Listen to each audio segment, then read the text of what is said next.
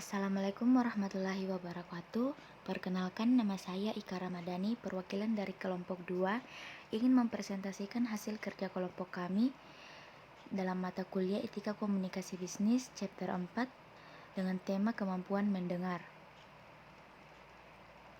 Tujuan pembelajaran kita ada 7, yaitu memahami arti penting mendengar dalam dunia bisnis dan profesi, membedakan antara listening dan hearing, mengidentifikasi problem yang disebabkan oleh mendengar yang tidak efektif, mengenali bagaimana persepsi membentuk aktivitas mendengarkan, menggunakan keterampilan mendengar interaktif untuk memperkaya komunikasi strategis, mengendalikan keterampilan mendengar Anda dan mengeliminasi kesalahan penerima, serta mengetahui cara mengevaluasi kesuksesan Anda dalam mendengar.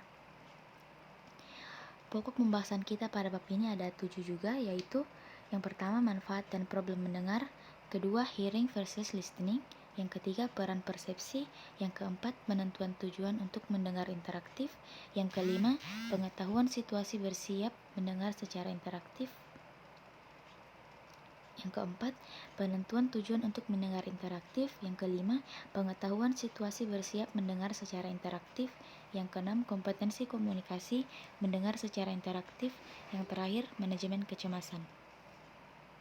Pembahasan pertama yaitu manfaat dari mendengar yang baik, yaitu menciptakan komunikasi yang efektif, mengetahui persoalan yang sedang dikomunikasikan, menambah wawasan, serta lebih mudah memahami informasi yang diberikan.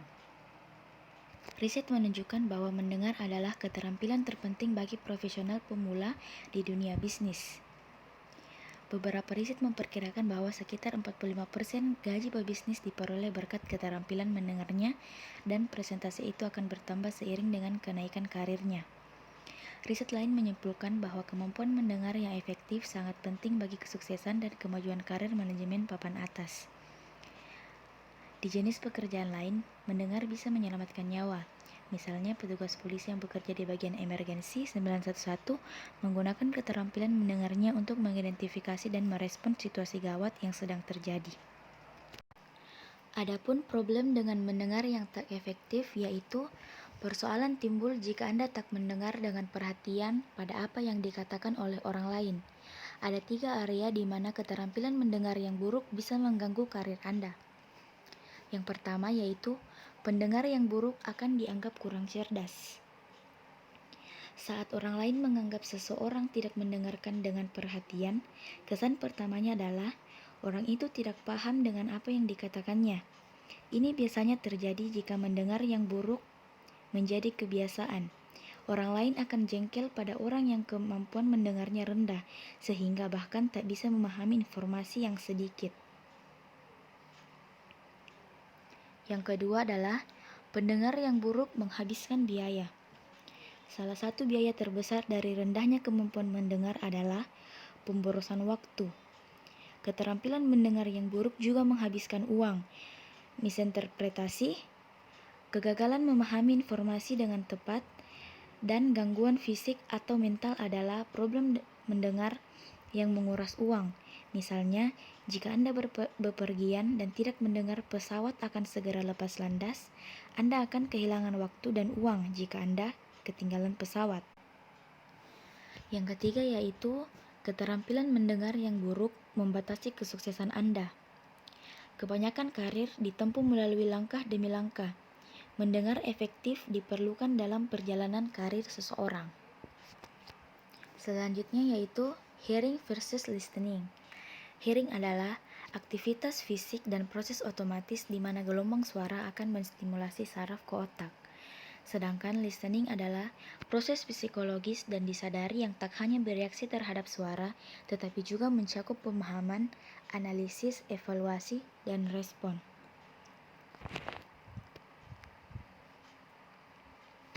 Listening juga lebih dari sekedar komunikasi lisan. Pesan bisa verbal atau non-verbal. Pendengar yang efektif harus menggunakan lebih dari sekedar indera pendengarannya untuk memahami, menganalisis, mengevaluasi, dan merespon. Sedangkan mendengar atau listening membutuhkan konsentrasi, yang berarti menangkap ide-ide kunci di benak Anda saat Anda memikirkan konsep-konsep yang berbeda atau bertentangan. Pendengar yang efektif perlu mensintesiskan informasi baru dengan informasi yang sudah diketahui. Selanjutnya yaitu peran persepsi. Persepsi adalah proses menciptakan makna berdasarkan pengalaman. Adapun faktor yang mempengaruhi persepsi yaitu yang pertama, resepsi atau penerimaan adalah proses fisik dari mendengarkan suara dan memandang stimuli visual termasuk isyarat nonverbal. Kondisi pendengaran dan penglihatan Anda akan menentukan jumlah dan tipe informasi yang akan Anda terima. Jika pendengaran Anda kurang baik atau kacamata Anda perlu diganti, Anda mungkin akan kehilangan informasi dan karenanya memahami pesan secara tidak tepat. Yang kedua adalah atensi atau perhatian. Adalah kemampuan kognitif yang memungkinkan kita untuk memilih tipe informasi tertentu yang akan diproses dan mengabaikan informasi lainnya. Perhatian yang selektif dan terfokus terhadap pesan adalah langkah penting untuk mendapatkan persepsi yang akurat. Selanjutnya adalah mendengarkan dalam kelompok. Dalam konteks kelompok, mendengar adalah penting karena kita menghabiskan lebih banyak waktu untuk mendengar ketimbang berbicara. Interaksi kelompok lebih kompleks ketimbang interaksi dua orang karena percakapan kelompok dilakukan oleh banyak orang yang bersaing untuk menarik perhatian pendengar. Selanjutnya yaitu menilai persepsi Anda sendiri. Persepsi adalah elemen yang harus ada dalam rangka memahami dunia. Persepsi Anda bertindak sebagai sistem kategori yang membantu Anda memahami sebuah pesan. Dalam problem persepsi terjadi apabila kesan yang salah atau sistem kategori mengganggu interpretasi Anda terhadap orang atau sebuah kejadian. Kesan yang keliru dapat mendistorsi persepsi secara positif ataupun secara negatif. Selanjutnya adalah pokok pembahasan keempat, yaitu penentuan tujuan untuk mendengar secara interaktif. Seperti halnya dengan semua aktivitas komunikasi, seperti berbicara pada suatu rapat dengan rekan kerja atau wawancara, Anda sebaiknya melakukan persiapan mendengar agar Anda dapat menjalankan tugas sebaik-baiknya. Anda bisa menyiapkannya dengan melakukan beberapa hal, yaitu mengidentifikasi tujuan, memahami gaya mendengar Anda, dan menciptakan energi. Yang pertama yaitu mengidentifikasikan tujuan. Ada 3 pertanyaan yang perlu dipertimbangkan dalam menentukan tujuan. Yang pertama, apa yang mesti saya dapatkan dari situasi mendengar ini? Yang kedua, apakah saya mesti keluar dari situasi seperti ini? Yang ketiga, apa yang akan didapatkan seseorang dari tindakan mendengar saya? Perlu diingat bahwa tujuan harus mengidentifikasi sasaran-sasaran dasar seperti mendapat informasi latar belakang yang diperlukan. Ketika Anda mengidentifikasi sebuah tujuan, Anda juga perlu menentukan setting di mana komunikasi itu akan berlangsung. Dengan teknologi tertentu, Anda mungkin perlu memodifikasi keterampilan mendengar Anda. Selanjutnya yaitu memahami gaya mendengar Anda. Anda perlu tahu gaya mendengar seperti apa yang dibutuhkan. Ada 4 tipe untuk informasi, hiburan, evaluasi, dan perasaan. Beberapa orang lebih mencurahkan perhatian dalam mendengar dalam situasi pertukaran informasi ketimbang dalam situasi di mana ada pembicaraan tentang perasaan. Selanjutnya yaitu menciptakan energi. Beberapa situasi komunikasi membutuhkan lebih banyak energi. Mendengar membutuhkan 2 tipe energi, yaitu fisik dan mental. Energi fisik dibutuhkan agar bisa mendengar dengan efektif. Dalam situasi tertentu, energi fisik untuk berkomunikasi secara efektif akan lebih besar. Keletihan juga dapat berpengaruh pada kemampuan mendengar, namun banyak orang mengabaikan faktor ini, terutama mahasiswa yang suka begadang semalaman.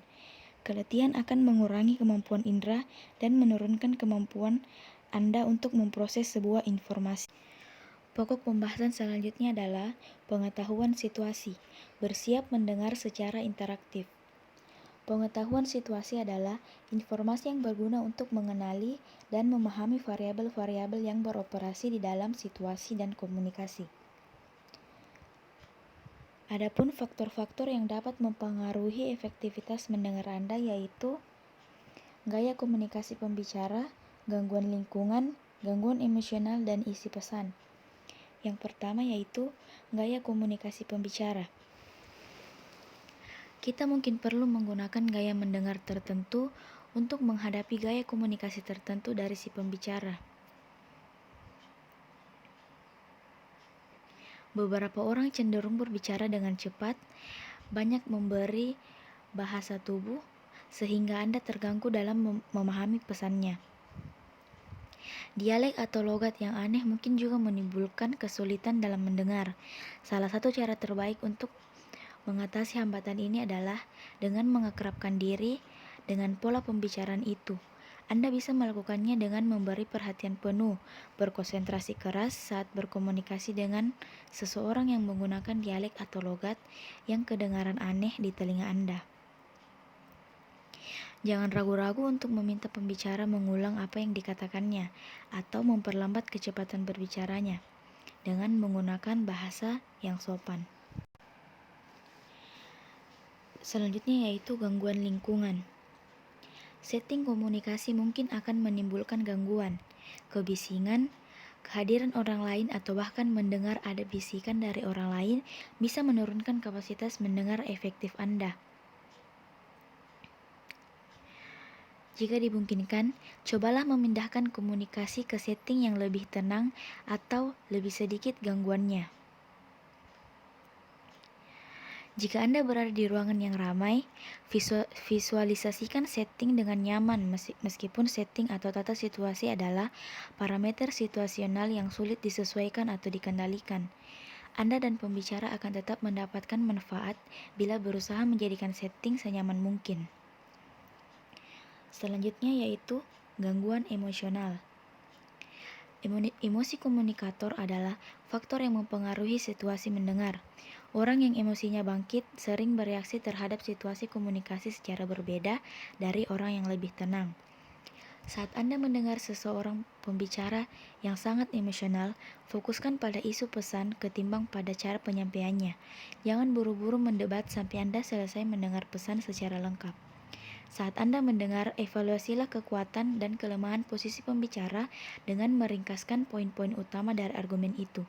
Dengan cara ini, Anda akan tetap tenang, tidak kehilangan kendali, dan membantu Anda merespon secara efektif. Selanjutnya yaitu isi pesan.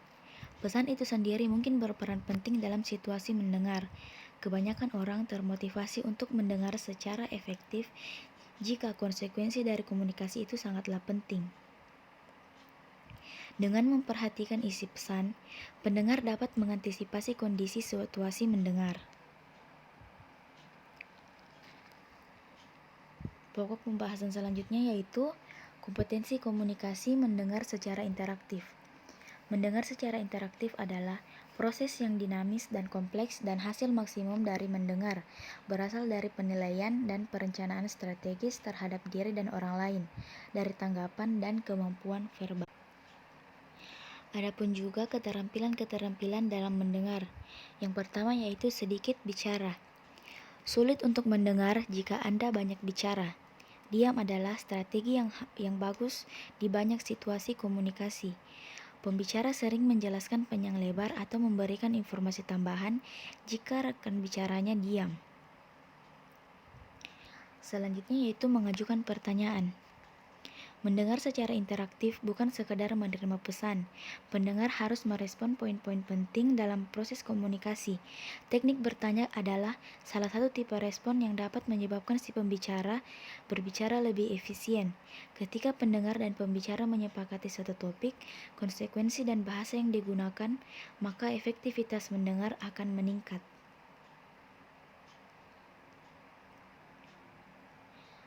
Yang ketiga adalah melawan rasa bosan. Melawan rasa bosan adalah keterampilan penting untuk menjadi pendengar yang kompeten. Karena otak manusia memproses informasi secara efisien. Jadi ada suatu titik di mana ketika seseorang sampai pada rasa jemu.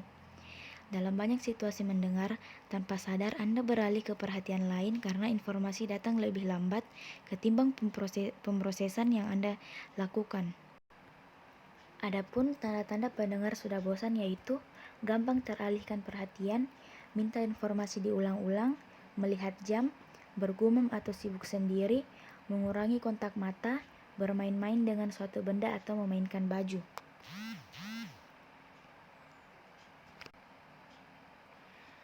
Berikut ini beberapa saran untuk meminimalkan kebosanan dalam situasi mendengar, yaitu tentukan tujuan untuk mendapatkan informasi dalam situasi mendengar. Ingat biaya atau kerugian yang diakibatkan oleh hilangnya informasi, dan fokus pada isi pesan. Selanjutnya, memanfaatkan kesempatan mendengar sebaik mungkin. Mengontrol tindakan mendengar Anda adalah keterampilan yang perlu Anda kuasai. Jika Anda punya pendapat tentang suatu hal yang sedang dibahas bersama orang lain, Anda mungkin ingin sekali buru-buru masuk ke perbincangan tanpa rencana atau tanpa izin. Berusahalah bersabar, pembicara selesai berbicara agar Anda dapat lebih banyak memahami sudut pandang orang lain dari suatu isu dan Anda punya kesempatan untuk merumuskan argumen Anda sendiri. Pokok pembahasan yang terakhir adalah gangguan kecemasan. Ada beberapa situasi yang dapat menyebabkan gangguan kecemasan, yaitu mendengarkan teguran dari atasan, mendengarkan informasi yang sangat teknis, mendengarkan kritik, mendengarkan berita buruk, atau situasi yang sulit, dan mendengarkan materi yang penuh jargon teknis atau susah dipahami juga bisa menimbulkan kecemasan. Ada banyak problem yang berhubungan dengan kecemasan dalam mendengar. Kecemasan selama proses mendengar dapat mengganggu Anda dan bahkan dapat membuat Anda lupa, bingung menata informasi, distorsi data, dan kerugian kognitif lainnya. Jadi itulah presentasi yang bisa saya berikan. Lebih dan kurangnya mohon dimaafkan. Terima kasih. Wassalamualaikum warahmatullahi wabarakatuh.